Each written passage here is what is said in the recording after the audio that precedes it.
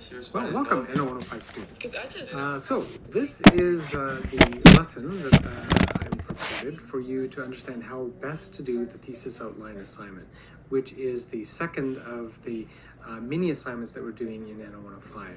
Remember that what we're doing here is a technique called chunking. So instead of asking you to do an entire essay, what we're really wanting you to do is to do a number of skill sets that are required to do an actual essay.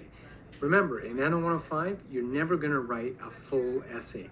For any of these assignments, you should not be writing a complete essay. This happens all the time. It's awful when a student does this. So just follow the instructions that I'm going to give you here in this video. There are these slides that I'm going to show. I'll also make available to you as a PDF document in the weekly work folder along with this video. So you've got this video plus those slides to help you to understand what it is you need to do to complete this assignment, but it's definitely not writing an essay. That's not part of the equation here. So in your first mini assignment, you were practicing researching, which is, as we pointed out then, a critical skill to do well in order to succeed at university, and certainly to succeed in your essays.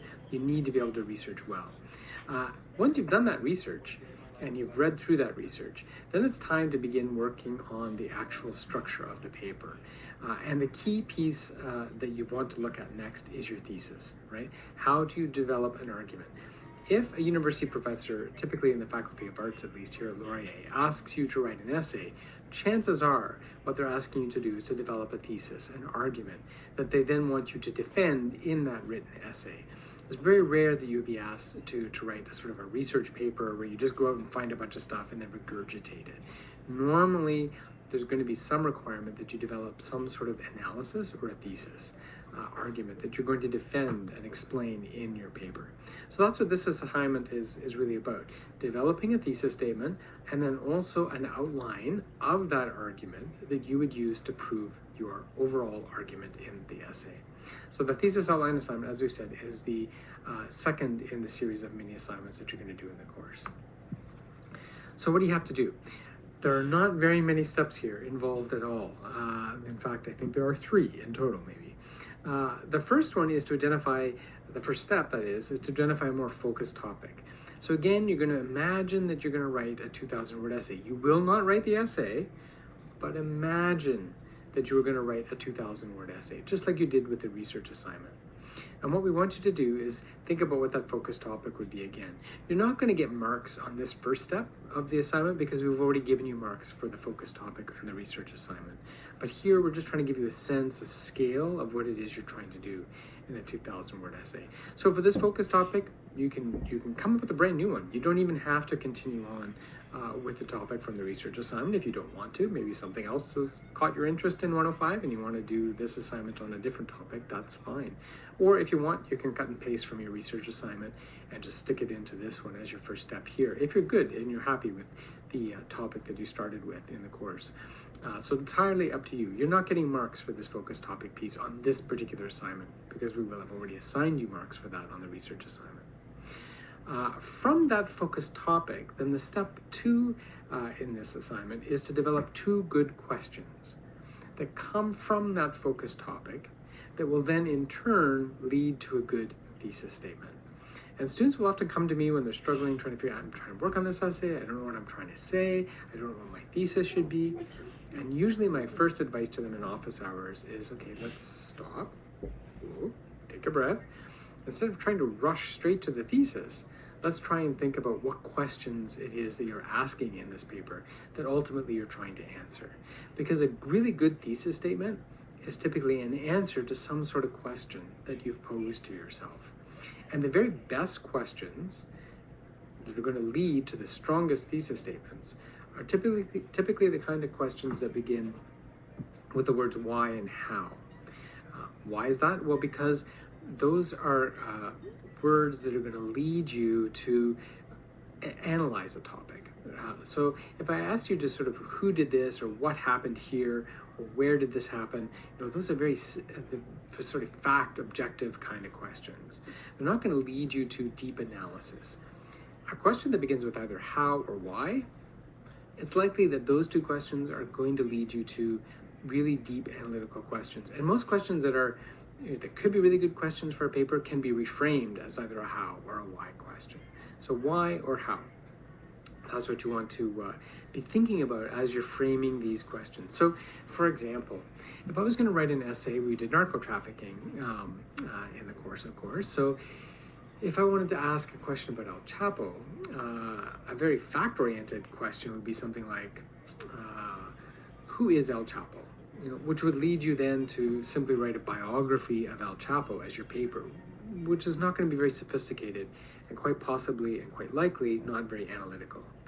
So instead, you might ask a question like, how did El Chapo rise through the ranks of the cartel structure in Mexico to become a cartel leader? Right?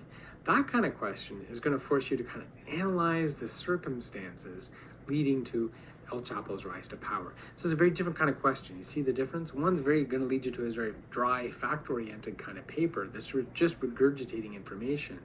But that second kind of question, the one beginning with how, that's going to force you to analyze, contemplate all those circumstances that contributed to El Chapo's rise to power, and then develop an argument about them. So step 2, questions, right? What questions are you asking? And we want you to come up with 2 good questions that are analytical and are likely to bring you towards a good thesis statement. So that's steps 1 and 2. Step 1, literally cut and paste, or come up with a new focus topic if you want to, but make sure it's something that still can be done in 2,000 words. And of course, the second step is these questions, right? Developing 2 questions. Step 3, there are actually 4 steps to this assignment. Step 3, develop 1 good thesis statement. The thesis statement is the backbone of your entire paper.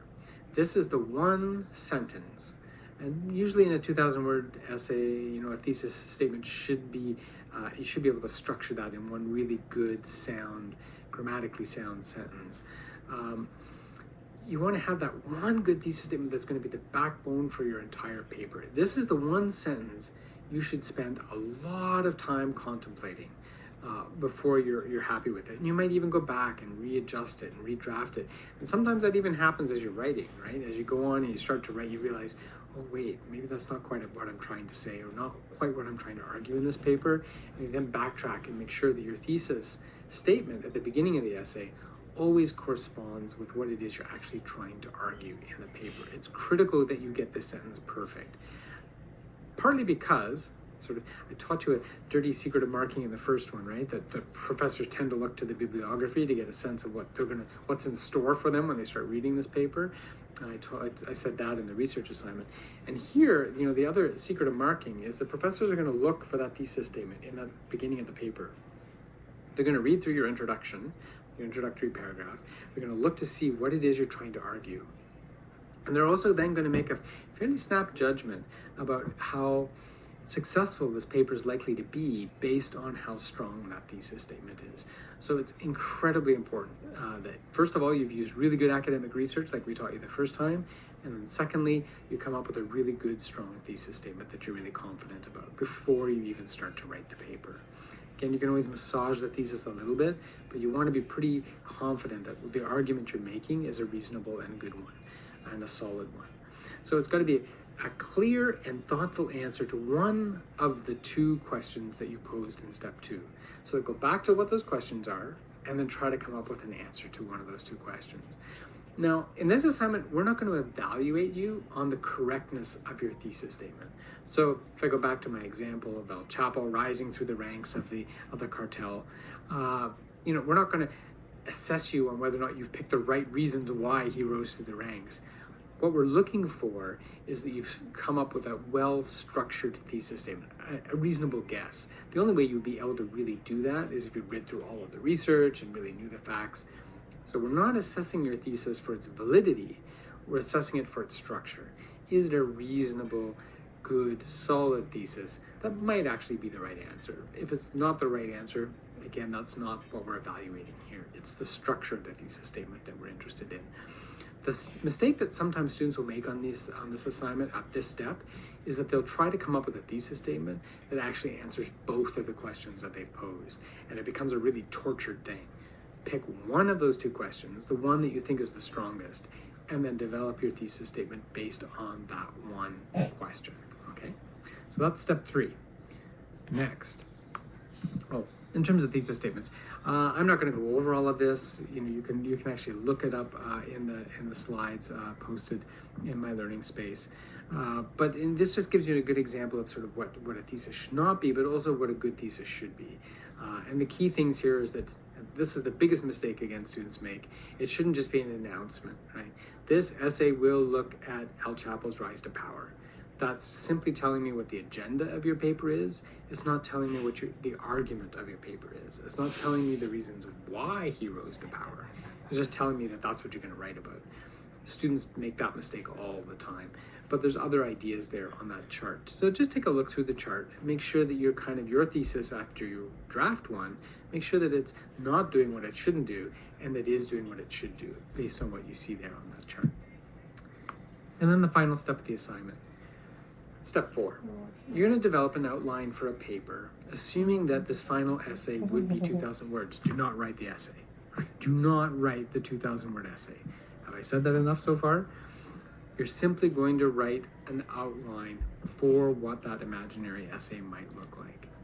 And what we're looking for here, as we're marking this particular part of the assignment, is whether or not the outline really does demonstrate a developed structure that's really going to directly support the argument that you're making in your thesis. So we're looking for direct connections between the thesis, as you've laid it out, and the logic of the actual outline that you've developed in the paper. So the number of points that you're going to have is going to vary depending on the nature of your thesis statement. So the more complex the thesis statement is, the more sections to the essay there might be. What you want to be thinking about here is that each point or sub-point would ultimately get its own paragraph in that real essay that, again, you're not going to write. So think about it this way. In an actual essay, the paragraphs would correspond to a point on your outline. Think about it that way, and I'll show you an example in just a second. The key message here is that a 5-paragraph essay, so you should be asking yourself right now, how was I taught to write an essay so far? And it might well be that you were taught to write a 5-paragraph essay. That's a typical standard form, right? An introductory paragraph, 3 body paragraphs, each with 1 key point to prove your thesis, and then a concluding paragraph. And those body paragraphs, typically students will be told to arrange them so that, your strongest point comes first or last, and that the weakest point of your argument is sort of tucked away in the middle somewhere. But that 5-paragraph model is the model that usually is taught when we're trying to initially instruct students in how to write an expository or argumentative paper.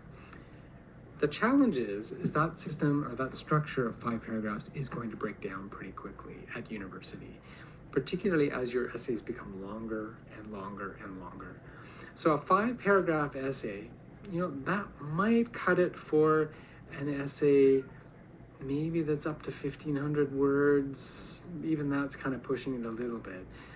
It's certainly not going to be a suitable structure for a 2,000-word essay, which is why we've assigned that magic imaginary number of 2,000 words, because we know 5 paragraphs isn't going to cut it.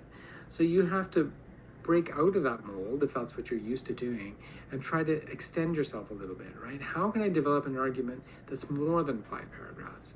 How can I make my thesis a little bit more complex so that it can't just be argued in this normal 5-paragraph structure? We want you to be aiming for A's, right? The point of these mini assignments is to give you the chance to do this with near perfection and to develop a more complex and interesting structure. So what should the final assignment look like? It should have your name, it should have your student number. Don't forget to do that. You get bonus points or marks for doing that actually. You're going to have your focus topic. Now, again, that focus topic could be something that you cut right off of, cut and paste from your research assignment, or as I've said in the instructions here, you can come up with a totally new topic if that's what you'd like to do. It's entirely up to you. Then you're going to come up with those 2 good questions that relate to that focus topic. And remember here, you see mine begin with how and why. I'm not going to go over all of those, all of the questions. You can read them in depth from the slides in my learning space. And then I've got 1 good thesis statement. which is an attempted answer to one of those two questions. And again, remember, you're not being evaluated on whether or not you've come up with the right answer to that question. You're being evaluated on the structure of the actual thesis. How well put together is that sentence or two. You can have a second sentence, it's fine. It could be a 1 or 2 sentence thesis, but I think you should really try to aim for one sentence and really push yourself to construct it so that it's, grammatically perfect. There are no spelling mistakes. Remember, this is the one sentence that has to be absolutely perfect in your paper. You definitely don't want grammar mistakes in your thesis statement, and you don't want spelling mistakes. And that can be more challenging, grammatically especially, because thesis statements can be complex. They can be long. As you can see, this is, I've done mine. I've managed to get mine in one sentence, and it's 1, 2, 3, 4, 4.5 lines. So it's fairly complex, and you'd want to take account of that, right? As you're developing your thesis statement, make sure that it's a reasonable, good argument, and make sure that it's well constructed in terms of grammar, especially. So you've got your focus topic, you've got your 2 good questions, you've got your thesis statement, and then finally you're going to have an outline. This outline is going to look different for everybody, right?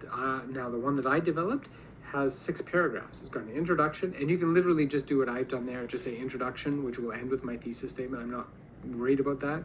Same thing with conclusion, which will begin by restating my thesis. You can literally cut and paste those off of these samples. That's fine. What I'm interested in is the stuff that's sandwiched in between there. The paragraph here, I've got paragraph 1 to paragraph 6, and I've given essentially what the topic is going to be for each of those paragraphs. So you might have a 6-paragraph structure, you might have a 5-paragraph structure, you might have a 4-paragraph structure with 2 subpoints in the middle, smaller paragraphs. All depends on that thesis statement and all of the dimensions that you've built into that thesis statement. What I do want you to do when you download these slides is take a look at that outline and take a look at the topics of those paragraphs, and then flip back to the thesis statement and look carefully at the thesis statement and ask yourself, can I see the connection that he's trying to make between the thesis statement and the outline of the paper? Is there a logical development within the outline that seems to support the structure of the paper as is suggested by the thesis? Look for those parallels between how the thesis is framed and worded and the subtopics or the topics of each of the paragraphs that I'm proposing in my outline. You want to see a nice tight connection between those two things. That's how you're going to get your best marks on this assignment as well. That's what we're looking for, particularly when we're marking the outline. How well does it seem to suggest a structure for the paper that's really going to align closely with what you've suggested your thesis statement is. That's it. That's all it's going to be. So it's maybe going to be 1 or 2 pages, not a long assignment at all again. 1.5, 2 pages perhaps. Make sure that you, of course, as always, do this with integrity. Do not copy someone else's assignment that's already been submitted to 105 over the years. We have all of that stuff in a Turnitin database. If you copy someone or work closely with someone, a friend, there's always the danger that you could end up doing an assignment that's too similar and trigger an academic integrity issue, which you do not want to do. You don't want to be accused of plagiarizing this, right? So make sure you do it with integrity. And make sure that the final product is uploaded as a Word or PDF document, right? It must be Word or PDF for us to open it in my learning space. If it's not in one of those 2 formats, we can't mark it because we can't open it in my learning space. So upload it by the deadline, 8 o'clock, the day of your class, Word or PDF, into the Dropbox. There's a special Dropbox just for this assignment in your weekly folder that opens up this week. So make sure you also submit this assignment to the correct Dropbox. Make sure it gets to the right spot. Again, otherwise we can't mark it, and you could end up losing 8.5% of your final grade because you just didn't get it in the right Dropbox. That would be awful. Okay? Great. Good luck. Happy writing. And we'll see you with the next mini assignment, which will be, I guess, about writing, how to actually write in an essay. That's coming up next. But for this time, thesis and outlines. Good luck. Take care.